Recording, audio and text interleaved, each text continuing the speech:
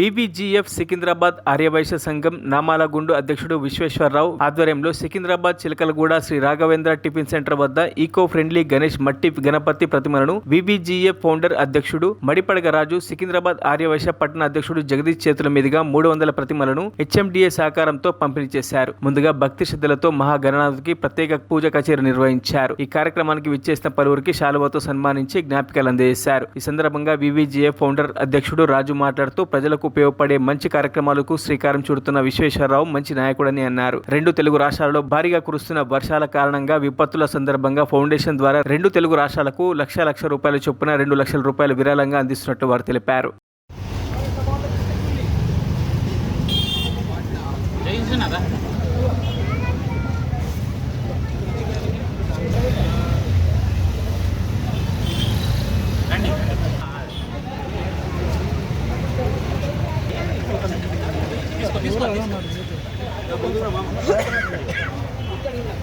Ramesh